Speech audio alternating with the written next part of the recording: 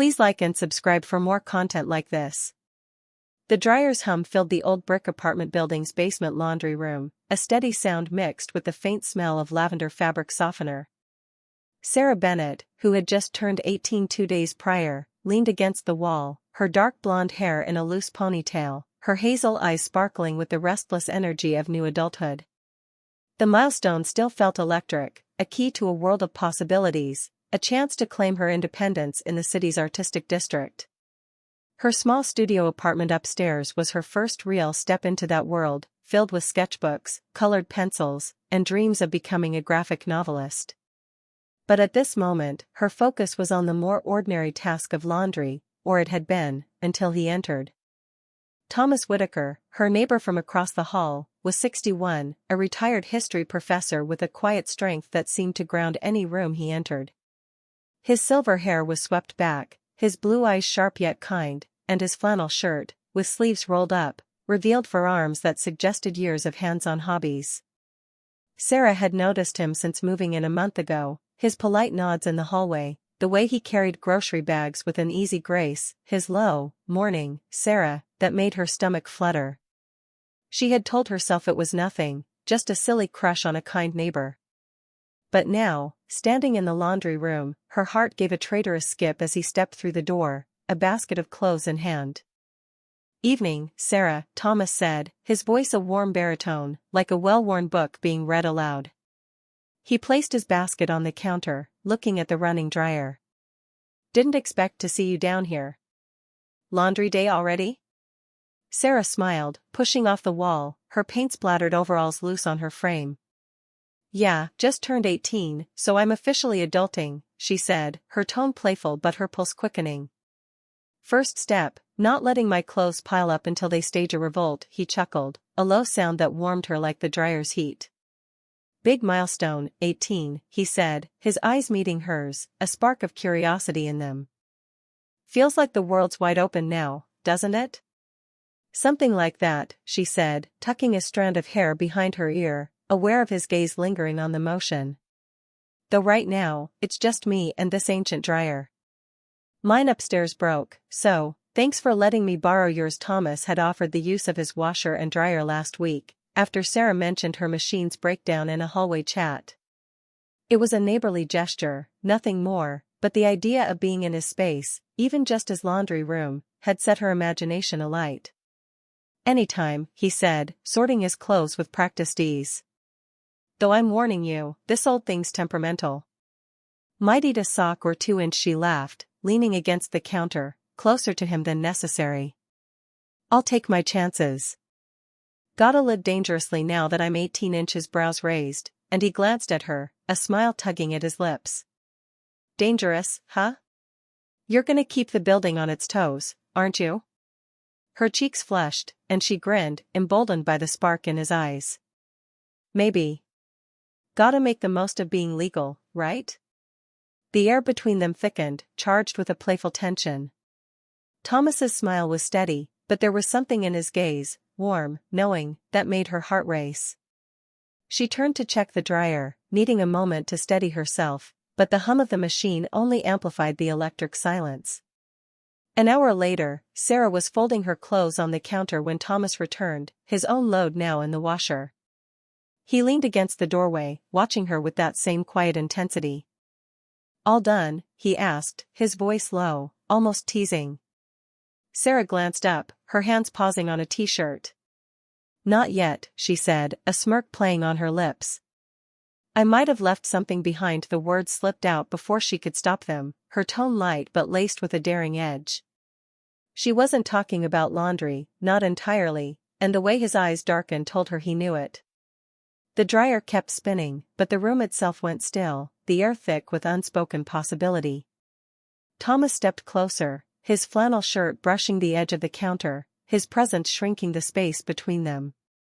"Something important?" he asked, his voice a soft rumble, his gaze holding hers like a challenge. Her heart pounded, her recent 18th birthday making her feel bold, untethered. "Maybe," she said, leaning on the doorway, mirroring his stance, her smirk widening.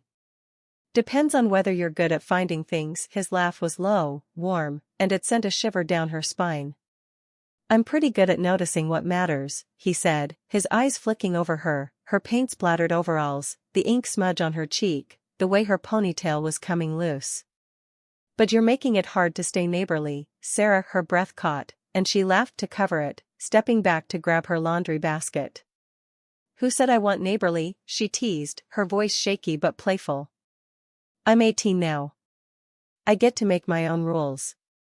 His smile was slow, deliberate, with a spark of mischief in it. Careful, Sarah. Those rules might get you in trouble. The tension was a tightrope, and Sarah was teetering, her heart racing with the thrill of it. She should have grabbed her basket and left, kept things safe. But instead, she lingered, caught in the pull of his gaze, her just-turned 18 heart igniting with possibilities she hadn't dared name. The next morning, Sarah woke to the memory of Thomas's smile, her dreams tangled with images of his hands sorting laundry, his voice low and teasing. She shook it off, blaming the late-night sketching session, but her thoughts kept drifting to him as she unpacked her clean clothes. Tucked inside was a small note, written in neat, slanted handwriting. Found a stray sock. Check your basket next time. T. Her heart skipped, and she grinned, picturing his smirk as he'd slipped the note in. Work at the local bookstore, where Sarah shelved novels and sketched during breaks, was a blur. Her coworker Lily noticed her distraction, pouncing during a quiet moment. You're all smiley today, Lily said, smirking over a stack of paperbacks. What's up? New crush? Spill, Sarah. Sarah laughed, brushing it off. Just happy to be 18. Adult life, you know? Lily's eyes narrowed. Uh-huh. This wouldn't have anything to do with that neighbor you mentioned? The professor guy with the silver hair? Sarah's cheeks flushed. Thomas? He's just helping with laundry. His dryer's better than the building's. Laundry, sure, Lily said, grinning. Be careful, Sarah. Older guys like that? They know how to charm. Sarah rolled her eyes, but Lily's words lingered as she returned to her sketches. Thomas was charming, dangerously so. By evening, she was back in her apartment, sketching a comic panel inspired by the laundry room, a shadowy figure with a familiar jawline, standing in a doorway. When her phone buzzed with a text from an unknown number, her heart skipped. Hey, Sarah. It's Thomas. Found another sock. You missing a blue one? She laughed, typing back, You're keeping track of my socks now? I'm impressed. She added, Just turned 18, so I'm allowed to lose socks, right? His reply came quickly, 18's a free pass for a lot of things. Want me to drop it off? Her pulse raced, and she hesitated, her fingers hovering over the keys. She should say no, keep things simple. But her just-turned 18 heart was bold, curious. Sure. I'm home. Bring coffee if you're feeling extra neighborly. 20 minutes later, Thomas knocked, holding a blue sock and 2 takeout coffee cups.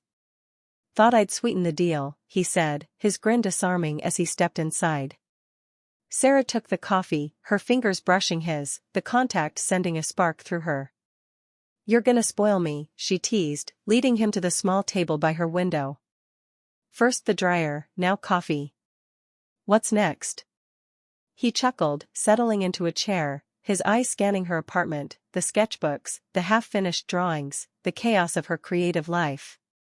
Maybe I'm just trying to keep up with the new 18-year-old in the building, he said, his voice low and teasing. You're making waves already.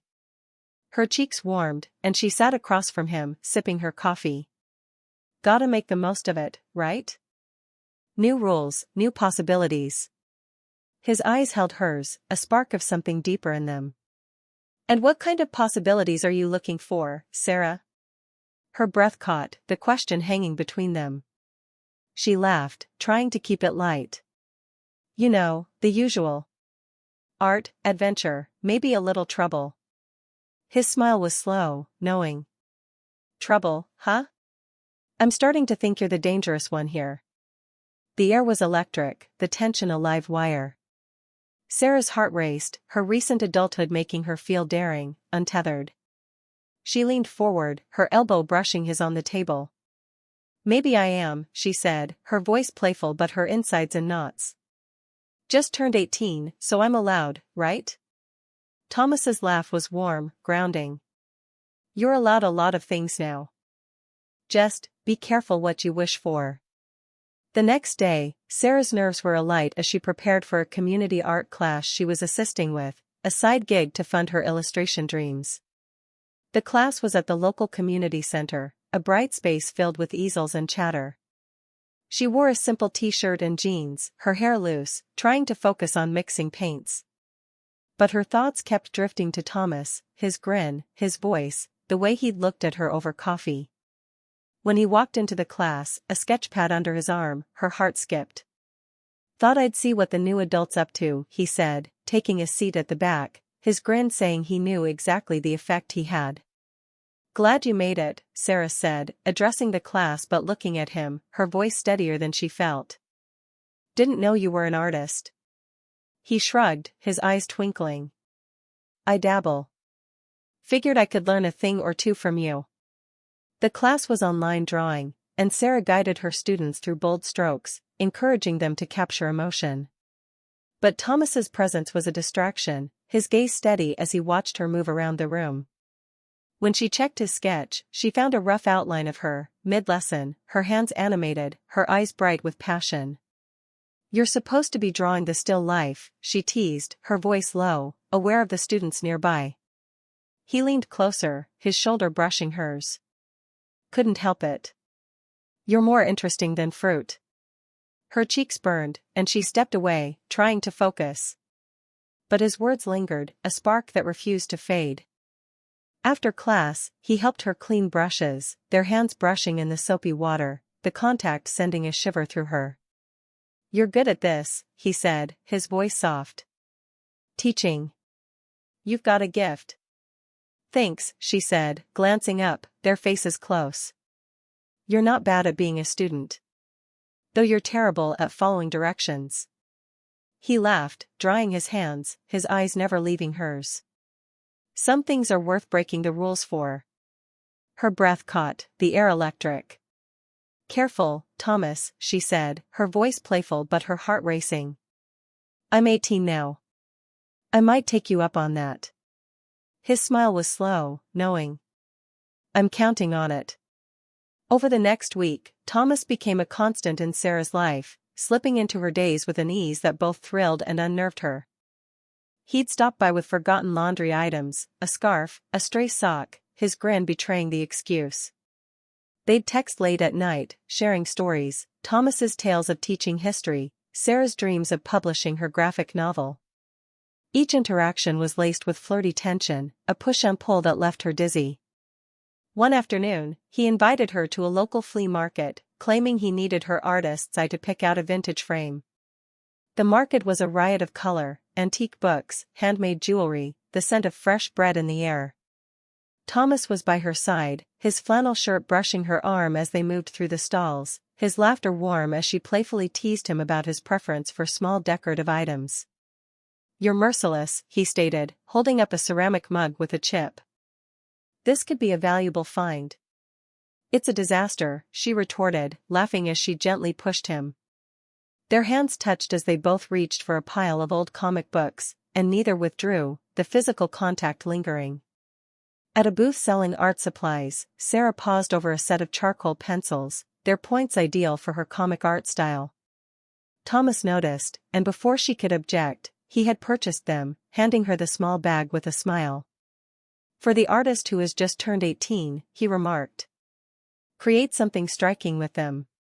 Her cheeks reddened, and she placed the bag into her purse.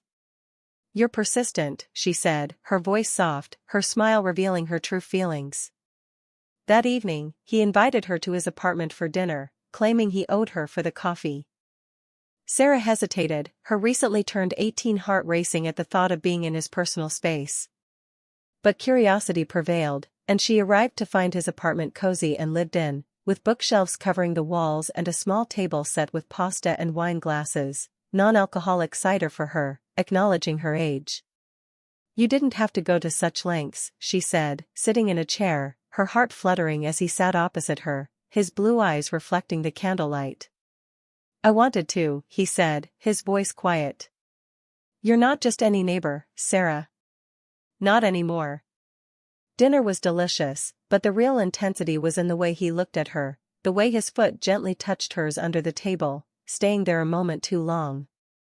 Afterward, they sat on his couch, a jazz record playing softly, the city lights visible through his window. "Sarah," he said, his voice low, turning to face her.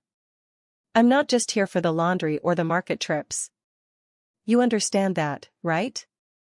Her heart skipped a beat. "I had a feeling." He reached out, his fingers lightly but intentionally brushing her wrist. "Good. Because I'm not good at pretending I don't desire something. And I want to get to know you.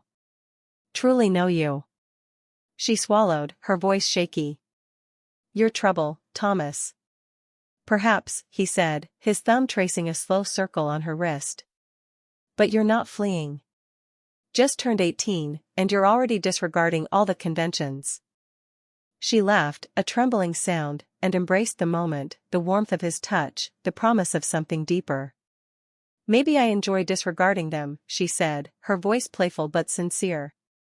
The following week, Sarah's life felt like a comic panel bursting with vibrant hues. The bookstore was busy, but Thomas was a constant source of distraction. He had started leaving notes with his laundry drop-offs, small, handwritten messages tucked into her basket. "Saw a painting today that reminded me of you. Too daring for the bookstore? T. Or, I bet I can guess your favorite comic by the end of the week. Hint, it's not Superman. T." Each note made her smile, her heart race, her just-turned-18 confidence growing stronger. Lily noticed, cornering her at work. "Thomas Whitaker, huh," she said, her tone teasing but cautious. "He has you completely flustered. Be careful, Sarah." "I'm just enjoying myself," Sarah said, but the words felt insincere. She wasn't sure what she was doing, only that Thomas made her feel alive in a way she hadn't experienced before. On Friday, he invited her to a local history lecture at the community center, where he was a guest speaker. "Thought you might like to see me in my element," he said over the phone, his voice warm. "And I would appreciate your company." She agreed, telling herself it was just a friendly outing, but the flutter in her chest indicated otherwise. She wore a green dress, her hair loose, the charcoal pencils he had given her tucked into her bag as a good luck charm. The lecture was captivating, Thomas's voice authoritative as he spoke about forgotten city landmarks, but his eyes kept finding hers in the crowd, making her feel like the only person in the room. Afterward, they walked through the city, the night air cool and crisp.